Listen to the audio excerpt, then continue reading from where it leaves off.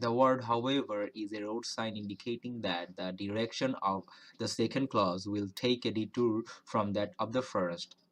The first clause tells that the cricketers did not expect to encounter an strike or assault on their olfactory senses, that is, sense of smell.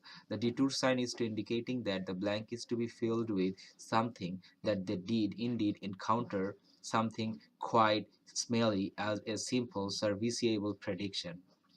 Choice A and D both specially refer to disgusting aromas. They produce similar meanings and are the correct answer. Choice A and choice D. On the other hand, choice E and F can be rejected as both mean excessively sweet, which is opposite of the blank needs. Choice E and choice F are to be eliminated.